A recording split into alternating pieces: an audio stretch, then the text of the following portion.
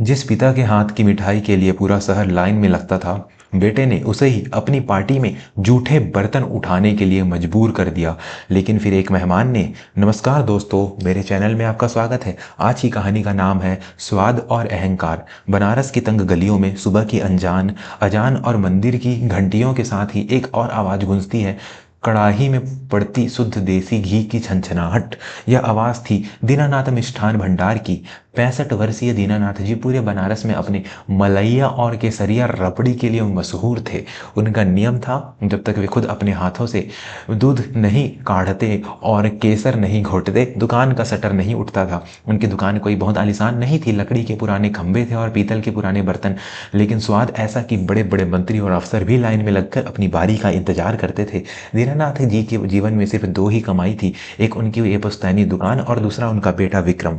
दीनानाथ जी की पत्नी का देहांत विक्रम के बचपन में ही हो गया था। उन्होंने अकेले ही कड़ाही की आंच से सामने तपते हुए विक्रम को बड़ा किया था। उसे शहर के सबसे महंगे अंग्रेजी स्कूल में पढ़ाया, फिर MBA करने के लिए दिल्ली भेजा। वे चाहते थे कि बेटा अफसर बने, हलवाई की भट्ठी के सामने न झुलसे। लेकिन विक्रम जब दिल्ली से लौट कर आया तो उसके ख्यालात बदल चुके थे। उसके साथ उसकी पत्नी काव्या भी थी। काव्या एक आधुनिक विचारों वाली लड़की थी, जिसे बनारस की यह पुरानी गलियां, गाय का रंभाना और गोबर की महक बिल्कुल पसंद नहीं थी। विक्रम ने आते ही कहा था, बाबूजी, अब जमाना बदल गया है, यह पुरानी दुकान और यह पुराना तरीका अब नहीं चलेगा। हमें इस दुकान को एक ब्रांड बनाना होगा, फ्रेंचाइजी बांटनी होगी। दीनानाथ जी को ब्रांड और फ्रेंचाइजी जैसे भारी शब्द समझ नहीं आते थे, लेकिन उन्हें अपने बेटे की आंखों में चमक दिखाई दी तो वो मना न कर सके। धीरे धीरे विक्रम ने दुकान का पूरा काम अपने हाथों में ले लिया। उसने पुराने कारीगरों को निकाल दिया और मशीनों से मिठाई बनवानी शुरू कर दी। दीनानाथ जी को यह देखकर बहुत दुख होता था। वे कहते, बेटा, मशीन पेट भर सकती है, लेकिन आत्मा को तो तृप्त तो हाथ का स्वाद ही करता है। मशीन में वो ममता कहाँ। विक्रम चिढ़ कर कहता, बाबूजी प्लीज, यह इमोशनल बातें अब नहीं चलती, हमें प्रॉफिट करना है और हाथ से बनाने में बहुत वक्त बर्बाद होता है। काव्या भी नाक सिकोड़ते हुए कहती, बाबूजी, आपके कपड़ों से हमेशा घी और इलायची की महक आती रहती है, थोड़ा डिओड्रेंट इस्तेमाल किया कीजिए, हमारे दोस्त घर आते हैं तो अच्छा नहीं लगता। दीनानाथ जी चुप हो जाते। वे अपने ही घर में, अपनी ही बनाई दुनिया में अब अनफिट महसूस करने लगे थे। एक दिन विक्रम ने एक बड़ा प्रस्ताव रखा। उसने कहा, बाबूजी, शहर के पौष इलाके में एक बहुत बड़ा मॉल बन रहा है, मैंने वहाँ एक शानदार शोरूम बुक किया है, हमें यह पुरानी दुकान बेचनी होगी। उस पैसों से हम वहाँ शिफ्ट हो जाएंगे और एक बड़ा पेंट हाउस भी लेंगे। वह आपकी लाइफ सेट हो जाएगी, आपको बस आराम करना होगा। दीनानाथ जी की रूह कांप गई। पुश्तैनी दुकान बेचना, यह दुकान उनके पिता और दादा की निशानी थी। लेकिन विक्रम ने भावनात्मक जाल फेंका, बाबूजी, आप अपने पोते के भविष्य के लिए इतना भी नहीं करेंगे? अगर हम वहाँ शिफ्ट नहीं हुए तो मेरा बिजनेस ठप हो जाएगा, मैं सड़क पर आ जाऊंगा। बेटे के आंसू दीनानाथ जी देख नहीं पाए। कांपते हाथों से उन्होंने वसीयत और दुकान के कागजों पर अंगूठा लगा दिया। दुकान बिक गई, पुरानी हवेली भी बिक गई। विक्रम ने शहर की सबसे ऊंची इमारत की 20वीं मंजिल पर एक आलीशान फ्लैट लिया। घर कांच और संगमरमर का बना था, वहाँ हर चीज़ रिमोट से चलती थी। लेकिन उस घर में अगर किसी चीज़ की पर जगह नहीं थी तो वो थे दीनानाथ जी। दोस्तों, कहानी में आगे बढ़ने से पहले अगर आप भी अपने माता पिता का सम्मान करते हैं और मानते हैं कि उनका आशीर्वाद ही सबसे बड़ी दौलत है, तो अभी चैनल को सब्सक्राइब करें और वीडियो को लाइक जरूर करें। नए घर में दीनानाथ जी के लिए जो कमरा तय किया गया वह रसोई के पास वाला एक छोटा सा स्टोर रूम था, जिसे थोड़ा साफ करके रहने लायक बना दिया गया था।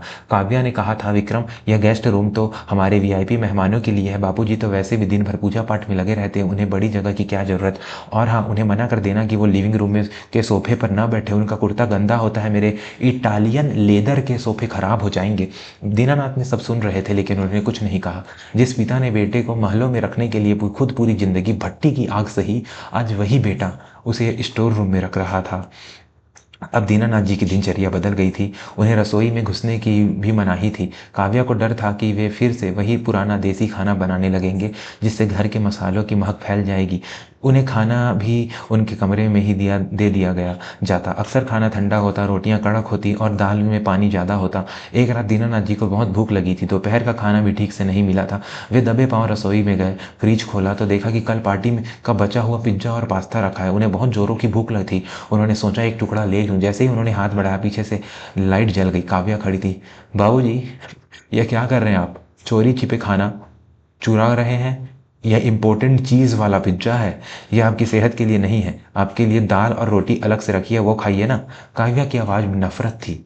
विक्रम भी वहाँ आ गया। उसने पिता को डांटते हुए कहा, बाबूजी आपको कितनी बार कहा है रात को ऐसे मत घुमा कीजिए, अगर कोई मेहमान देख लेता तो क्या इज्जत रह जाती मेरी। जाइए अपने कमरे में। दीनानाथ जी की आंखों में आंसू आ गए। उन्होंने धीरे से कहा, बेटा भूख लगी थी, बस और कुछ नहीं। और वे सिर झुकाकर अपने अंधेरे कमरे की ओर बढ़ गए। उस रात वे भूखे ही सोए। उन्हें अपनी पुरानी दुकान की याद आ रही थी, जहाँ वे रोज़ सैकड़ों गरीबों को मुफ्त में गर्म रबड़ी खिलाते थे और आज खुद एक रोटी के लिए तरस रहे थे। समय बीतता गया। दीनानाथ जी अब एक घर में एक अदृश्य वस्तु की तरह हो गए थे। न कोई उनसे बात करता, न कोई उनकी खबर लेता। फिर वह दिन आया जिसका विक्रम को बेसब्री से इंतजार था। विक्रम स्वीट्स एंड बेकरी को एक बड़ी मल्टीनेशनल होटल चैन के साथ अनुबंध कॉन्ट्रैक्ट करना था। उस होटल चैन का मालिक मिस्टर आर्यन खन्ना लंदन से खास बनारस आ रहा था डील साइन करने के लिए।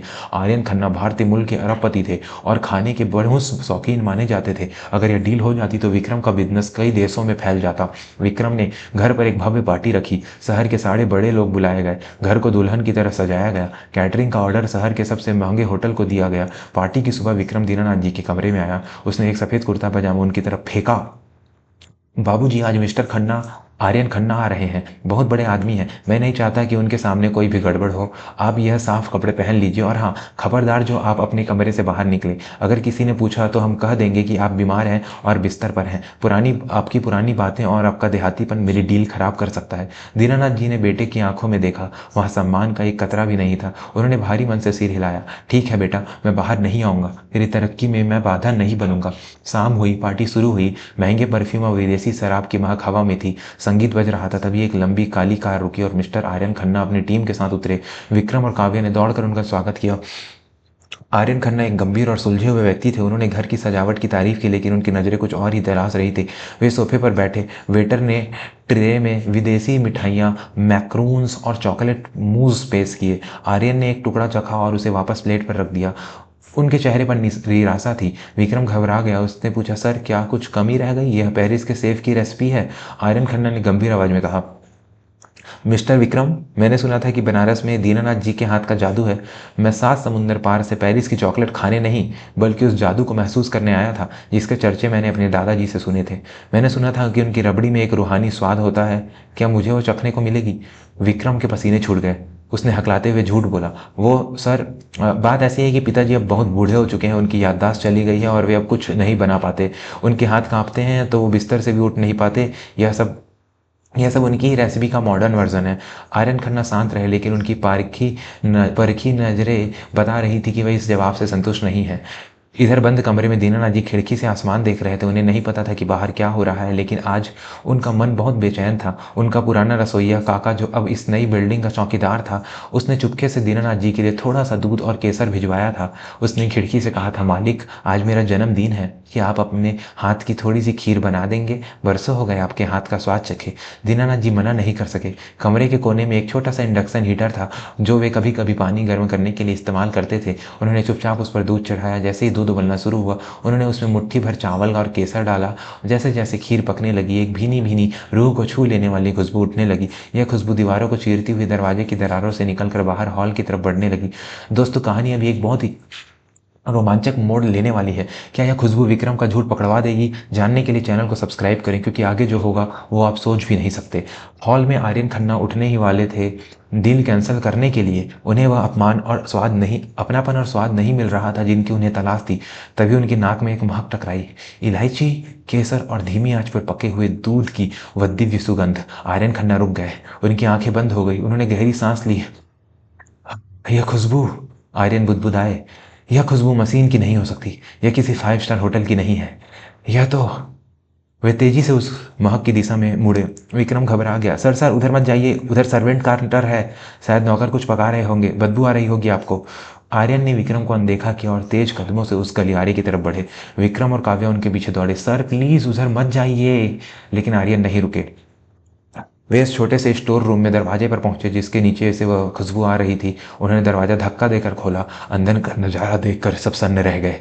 दीनानाथ जी जमीन पर बैठे थे। एक छोटी सी स्टील की कटोरी में खीर हिला रहे थे। कमरे में पुराने बक्से पड़े थे। दीवारों पर सीलन थी और एक कोने में उनकी टूटी हुई खाट थी। विक्रम का चेहरा फक पड़ गया। और काव्या शर्म से गड़ गई। धीरेन्द्र जी घबरा गए। उन्होंने जल्दी से हीटर बंद किया और हाथ जोड़ लिए। माफ़ करना बेटा, वो चौकीदार के लिए थोड़ी सी खीर बना रहा था। मैं अभी खिड़की खोल देता हूँ, महक चली जाएगी। आर्यन खन्ना की आंखों से आंसू बह निकले। वे धीरे धीरे आगे बढ़े और दीनानाथ जी के चरणों में घुटने के बल बैठ गए। उन्होंने अपने महंगे सूट की परवाह नहीं की और दीनानाथ जी के पैरों पर अपना माथा रख दिया। दीनानाथ जी हैरान थे। अरे अरे साहब, यह क्या कर रहे हैं आप? मैं तो एक मामूली हलवाई हूँ। आर्यन ने सिर उठाया। उनकी आंखें नम थी। नहीं बाबा, आप मामूली हलवाई नहीं हैं, आप अन्नपूर्णा हैं। क्या आपने मुझे पहचाना नहीं? मैं छोटू हूँ, वही अनाथ लड़का जो 20 साल पहले आपकी दुकान के बाहर फटे कपड़ों में खड़ा रहता था। और आप रोज रात को दुकान बंद करने से पहले मुझे अपने हाथों से गर्म दूध और बची हुई रबड़ी खिलाते थे। आपने कभी मुझसे पैसे नहीं मांगे, हमेशा मेरे सिर पर हाथ फेर कर कहते थे, खा ले बेटा, पेट बढ़ेगा तो ही बड़ा आदमी बनेगा। दीनानाथ जी ने अपनी धुंधली आंखों से गौर से देखा। यादों की परतें नहीं हटी। छोटू, तू छोटू है। उन्होंने कांपते हाथों से आर्यन का चेहरा पकड़ा। आर्यन ने रोते हुए कहा, हाँ बाबा, आपकी उस रबड़ी और आपके आशीर्वाद ने मुझे ताकत दी। मैंने कसम खाई थी कि एक दिन इतना बड़ा आदमी बनूंगा कि आपको दुनिया की सारी खुशियाँ दे सकूं। आज मैं दुनिया का सबसे बड़ा होटलियर बन गया हूँ, लेकिन आपके हाथ के स्वाद जैसा सुकून मुझे आज तक कहीं नहीं मिला।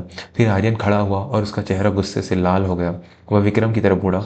उसकी आवाज़ में बिजली जैसी कड़क थी। मिस्टर विक्रम, शर्म आनी चाहिए तुम्हें। तुमने कहा था कि तुम्हारे पिता की याददाश्त चली गई है। तुमने कहा था वे बिस्तर पर हैं। तुमने अपने ही पिता को साक्षात भगवान है इस कोठरी में बंद कर रखा है। जानवरों जैसा सुलूक कर रहे हो। विक्रम गिड़गिड़ाने लगा। सर, वो गलतफहमी हो गई। मैं आर्यन ने हाथ उठाकर उसे चुप करा दिया। चुप, एक शब्द भी मत बोलना। मैं यहाँ तुम्हारे ब्रांड और तुम्हारी मशीनों के साथ डील करने आया था, क्योंकि मुझे लगा था कि इसमें दीनानाथ जी की विरासत है। लेकिन मुझे क्या पता था कि यहाँ विरासत को कूड़ेदान में डाल दिया गया है। मैं यह डील अभी इसी वक्त कैंसिल करता हूँ। और हाँ, मैं यह सुनिश्चित करूंगा कि पूरी बिजनेस कम्युनिटी को पता चले कि तुम अपने पिता के साथ कैसे व्यवहार करते हो। जो इंसान अपने माँ बाप का नहीं हुआ, वो बिजनेस में वफादार क्या होगा? काव्या और विक्रम के पैरों तले जमीन खिसक गई। करोड़ों की डील एक पल में खाक हो गई थी। आर्यन फिर दीनानाथ जी की तरफ मुड़ा और बहुत प्यार से बोला, बाबा, यह घर आपके लायक नहीं है। यह महल नहीं है, जेल है। आप मेरे साथ चलिए। मेरे लंदन वाले हेड ऑफिस में एक विशेष किचन सिर्फ आपके लिए होगा। आप वहाँ राज करेंगे। आपको काम नहीं करना है, बस अपनी देख रेख में हमें सिखाना है कि प्यार से खाना कैसे बनता है। आप मेरे मेंटर रहेंगे, मेरे पिता समान रहेंगे। दीनानाथ जी ने एक पल के लिए अपने बेटे विक्रम की तरफ देखा। विक्रम सिर झुकाए खड़ा था, लेकिन उसकी आंखों में पश्चाताप नहीं बल्कि डील टूटने का डर था। वीरनाथ जी समझ गए कि यहाँ अब उनके लिए कुछ नहीं बचा। उन्होंने अपनी पुरानी छड़ी उठाई और आर्यन के कंधे पर हाथ रखा। बेटा छोटू, नहीं आर्यन, मैं लंदन तो नहीं जाऊँगा। मेरा बनारस ही मेरी दुनिया है। लेकिन हाँ, अब मैं इस घर में भी नहीं रहूँगा। जिस घर में पिता की जगह स्टोर रूम में हो, वहाँ भगवान भी नहीं रहते। विक्रम ने पैर पकड़ने की कोशिश की। बाबूजी मत जाइए, लोग क्या कहेंगे? दीनानाथ जी ने पीछे हटते हुए कहा, लोग क्या कहेंगे इसकी चिंता तूने तब तक क्यों नहीं की जब तूने मुझे बासी रोटी दी थी? आज तुझे मेरी कीमत इसलिए पता चली क्योंकि एक अरबपति मेरे पैर छू रहा है। अगर यह ना होता तो शायद आज मैं इसी कोठरी में मर जाता और तुझे खबर भी ना होती। यह मेरी बद्दुआ नहीं, नसीहत है बेटा। पैसे से बिस्तर खरीदा जा सकता है, नींद नहीं। और मकान खरीदा जा सकता है, घर नहीं। दीनानाथ जी घर से बाहर निकल गए। आर्यन खन्ना ने उनके लिए शहर में ही एक शानदार आश्रम और एक छोटी सी प्यारी सी मिठाई की दुकान खुलवा दी, जिसका नाम रखा गया दीनानाथ की रसोई, प्यार का स्वाद। वहाँ दीनानाथ जी फिर से अपनी मर्जी के मालिक थे। विक्रम का बिजनेस धीरे धीरे ठप हो गया क्योंकि बाजार में खबर फैल गई थी कि उसने अपने पिता के साथ क्या किया और उसकी खास साख मिट्टी में मिल गई। निष्कर्ष और नैतिक शिक्षा दोस्तों, इस कहानी से हमें यह सीख मिलती है कि माता पिता हमारे जीवन की जड़ें हैं। अगर आप जड़ों को ही काट देंगे तो पेड़ कितना भी विशाल क्यों ना हो, एक दिन गिर ही जाएगा। अपने माता पिता का सम्मान करें क्योंकि उनके आशीर्वाद के बिना दुनिया की सारी दौलत बेकार है। अंतिम निवेदन, आप इस कहानी के बारे में क्या सोचते हैं? क्या दीनानाथ जी ने घर छोड़कर सही किया? कमेंट में अपनी राय जरूर लिखें। और हाँ, जाने से पहले चैनल को सब्सक्राइब करना ना भूलें और घंटी का बटन दबाएं ताकि ऐसी ही दिल को छू लेने वाली कहानियाँ आप तक पहुँचती रहे। धन्यवाद। जय हिंद।